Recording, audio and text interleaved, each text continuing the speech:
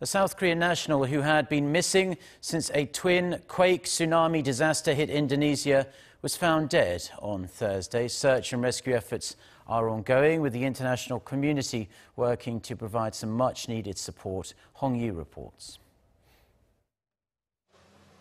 The South Korean man who had been missing in Palu, Indonesia, for 6 days after since the quake and tsunami was found dead Thursday under the rubble of the hotel where he had been staying. The South Korean Foreign Ministry announced that his body was identified by a visual inspection.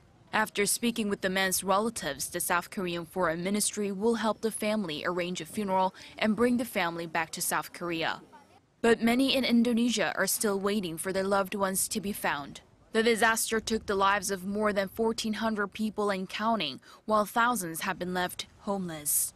In response, the world is moving faster to send relief. The government of Indonesia says more than 20 countries have offered help. The United Nations Office for the Coordination of Humanitarian Affairs has allocated $15 million from its Central Emergency Response Fund. Mark Lowcock, the Undersecretary General for Humanitarian Affairs and Emergency Relief Coordinator, expects that aid to provide urgent assistance to vulnerable women and children.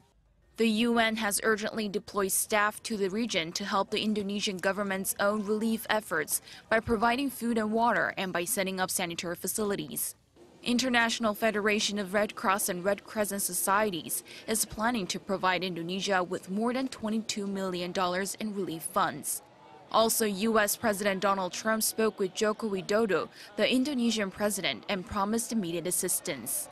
The U.S. State Department says it has already provided an initial relief fund to the Indonesian authorities and dispatched government disaster experts to understand what additional help they may need. Hong Yu, Arirang News.